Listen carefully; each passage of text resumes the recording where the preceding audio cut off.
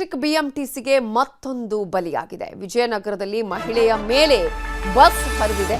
Beauty ಪಾರ್ಲರ್ಗೆ ಹೋಗಿ ಬರ್ತಾ ಇದ್ದ ಮಹಿಳೆಯ ಮೇಲೆ ಬಸ್ ಹರಿದ ಪರಿಣಾಮ ಮಹಿಳೆ ದುರ್ಮರಣಕ್ಕೀಡಾಗಿದ್ದಾರೆ. ವಿಜಯನಗರದಲ್ಲಿ ಈ ಘಟನೆ ನಡೆದಿದ್ದು ಮಹಿಳೆಯ ಮೇಲೆ ಬಸ್ ಹರಿದಿದೆ. ಮಹಿಳೆ ದುರ್ಮರಣಕ್ಕೀಡಾಗಿದ್ದಾರೆ. ಹಂಪಿ ನಗರ ನಿವಾಸಿ 58 ವರ್ಷದ ಮಾಲಾ ಅನ್ನುವವರು ಈ ಘಟನೆಯಲ್ಲಿ ಸಾವನ್ನಪ್ಪಿದ್ದಾರೆ. ಬ್ಯೂಟಿ ಪಾರ್ಲರ್ಗೆ ಹೋಗಿ ಬರ್ತಾ ಇದ್ದಾಗ ಬಸ್ ಹರಿದಿದೆ. ಈ ಸಂದರ್ಭದಲ್ಲಿ ಆಕೆ ಮೃತಪಟ್ಟಿದ್ದಾರೆ. ವಿಜಯನಗರ ಸಂಚಾರಿ ಠಾಣೆಯಲ್ಲಿ ಈ ಸಂಬಂಧ ಪ್ರಕರಣ ದಾಖಲಾಗಿದೆ. ವಿಜಯನಗರ ಸಂಚಾರಿ ಠಾಣೆಯಲ್ಲಿ ಈ ವಿಚಾರಕ್ಕೆ ಸಂಬಂಧಪಟ್ಟ ಹಾಗೆ ಆಲ್ರೆಡಿ ಕೇಸ್ ದಾಖಲಾಗಿರೋದು. ಇದೀಗ ಪೊಲೀಸರು ತನಿಖೆಯನ್ನ ಮಾಡ್ತಾ ಇದ್ದಾರೆ. ಎಲೆಕ್ಟ್ರಿಕ್ ಬಿಎಂಟಿಸಿ ಬಸ್ಗೆ ಮಹಿಳೆ ಇದೀಗ ಬಲಿಯಾಗಿದ್ದಾರೆ. ರಸ್ತೆ ದಾಟುವಾಗ ಮಹಿಳೆಯ ಮೇಲೇನೆ ಬಸ್ ಹರಿದಿದೆ. ಬಸ್ ಡಿಕ್ಕಿ ಹೊಡೆದ ಪರಿಣಾಮ ಮಹಿಳೆ ಮೃತಪಟ್ಟಿದ್ದಾರೆ.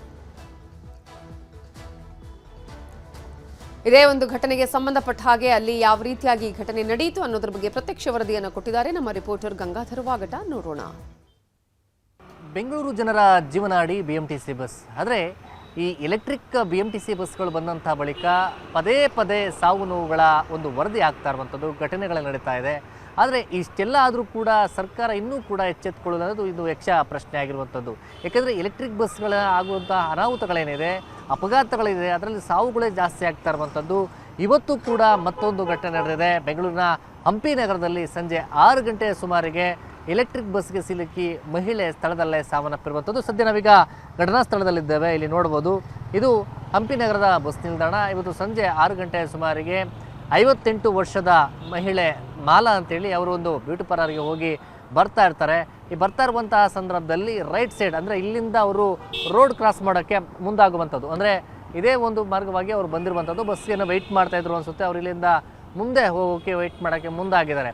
ಅಂದರೆ ಈ ಒಂದು ಸಂದರ್ಭದಲ್ಲಿ ನಂತರ ಇಲ್ಲಿ ಹಂಪಿ ನಗರದ ಬರುವಂತಹ ಸಂದರ್ಭದಲ್ಲಿ ಈ ಭಾಗದಿಂದ ವೆಹಿಕಲ್ ಬಂದಿರುವಂಥದ್ದು. ಅಂದರೆ ಎಲೆಕ್ಟ್ರಿಕ್ ಬಸ್ ಏನಿದೆ ಅದು ಈ ಮಾರ್ಗದಿಂದ ನೇರವಾಗಿ ಅಂದರೆ ಮೇನ್ ರೋಡಿಂದ ಸರ್ಕಲ್ಗೆ ಮೇನ್ ಜಂಕ್ಷನ್ಗೆ ಬಂದಿರುವಂಥದ್ದು. ಆ ಸಂದರ್ಭದಲ್ಲಿ ಡ್ರೈವರ್ ಚಾಲಕ ಏನಿದ್ದಾರೆ ಅವರು ರೈಟ್ ಸೈಡ್ಗೆ ಬಸ್ಸನ್ನು ಎಳೆದಿರುವಂಥದ್ದು. ಆ ಸಂದರ್ಭದಲ್ಲಿ ಈ ವೆಹಿಕಲ್ ಅಂದರೆ ರೋಡ್ ಕ್ರಾಸ್ ಮಾಡೋಕ್ಕೆ ಮುಂದಾದಂಥ ಸಂದರ್ಭದಲ್ಲಿ ಮಹಿಳೆ ಬಸ್ಗೆ ಸಿಲುಕಿರುವಂಥದ್ದು. ಆ ಸಂದರ್ಭದಲ್ಲಿ ಬ್ರೇಕ್ ಹಾಕಿದರೆ ಆದರೂ ಕೂಡ ಬಸ್ ಕಂಟ್ರೋಲ್ ಸಿಗದೆ ಆಕೆಗೆ ಗುದ್ದಿರುವಂಥದ್ದು. ಆನಂತರ ಆಕೆಗೆ ತಲೆಗೆ ಗಂಭೀರವಾಗಿ ನೋಡ್ಬೋದು ಎಲ್ಲ ರಕ್ತದ ಕಲೆಗಳಾಗಿರುವಂಥದ್ದು, ಚಪ್ಪಲಿ ಕೂಡ ಅಲ್ಲೇ ಬಿದ್ದಿರುವಂಥದ್ದು. ಅನಂತರ ಈ ಒಂದು ಮೇನ್ ಬಸ್ ಸ್ಟ್ಯಾಂಡ್ ಇರುವಂಥದ್ದು. ಇಲ್ಲಿ ಜನ ಕೂಡ ಓಡಾಡ್ತಾರೆ. ಬಸ್ಗಳನ್ನು ಇಲ್ಲಿ ಏನು ಚಾಲಕರೇನಿದ್ದಾರೆ, ಎಲೆಕ್ಟ್ರಿಕ್ ಬಸ್ಗಳ ಚಾಲಕರೇನಿದ್ದಾರೆ, ಅವರು ಗುತ್ತಿಗೆ ಆಧಾರದ ತೆಗೆದುಕೊಂಡಿರುವಂಥದ್ದು. ಸರಿಯಾದಂಥ ತರಬೇತಿಗಳು ಕೂಡ ಅವರಿಗಿಲ್ಲ. ಬಸ್ಸನ್ನು ಮೇಂಟೈನ್ ಮಾಡುವಂಥದ್ದು ಯಾವ ರೀತಿ ಅನ್ನೋದು ಕೂಡ ನಿಧಾನಗತಿಯಲ್ಲಿ, ಅಂದರೆ ಇದು ಮೇನ್ ಬಸ್ ಸ್ಟ್ಯಾಂಡ್ ಆಗಿರುವಂಥದ್ದು. ಇಲ್ಲಿ ಜನ ಓಡಾಡ್ತಾ ಇರ್ತಾರೆ. ಇಲ್ಲಿ ನಿಧಾನಗತಿಯಲ್ಲಿ ಬರುವಂಥ ವ್ಯವಸ್ಥೆಯನ್ನು ಮಾಡಬೇಕು. ಆದರೆ ಫಾಸ್ಟಾಗಿ ಚಾಲಕ ಬಂದು ಇಲ್ಲಿ ಟರ್ನ್ ಮಾಡಿದ್ದಾನೆ ಅಂತೇಳಿ ಸ್ಥಳೀಯರು ಕೂಡ ಹೇಳುವಂಥದ್ದು. ಸದ್ಯ ಈಗ ಮೃತದೇಹವನ್ನು ವಿಕ್ಟೋರಿಯಾ ಆಸ್ಪತ್ರೆಗೆ ಶಿಫ್ಟ್ ಮಾಡಲಾಗಿರುವಂಥದ್ದು. ಮತ್ತು ವಿಜಯನಗರ ಸಂಚಾರಿ ಠಾಣೆಯಲ್ಲಿ ಕೂಡ ಪ್ರಕರಣ ದಾಖಲಾಗಿದ್ದು ಆ ಬಗ್ಗೆ ಚಾಲಕನನ್ನು ಈಗ ಪೊಲೀಸರು ವಶಕ್ಕೆ ಪಡ್ಕೊಂಡಿದ್ದಾರೆ. ಆದರೆ ಏನೇ ಇರಲಿ, ಪದೇ ಪದೇ ಬೆಂಗಳೂರಿನ ಎಲೆಕ್ಟ್ರಿಕ್ ಬಸ್ಗಳಿಂದ ಈ ಥರ ಸಾವು ನೋವುಗಳ ವರದಿ ಆಗ್ತಾ ಇದೆ ಮತ್ತು ಕಂಪ್ಲೇಂಟ್ಸ್ ಕೂಡ ಜಾಸ್ತಿ ಆಗ್ತಾ ಇರುವಂಥದ್ದು.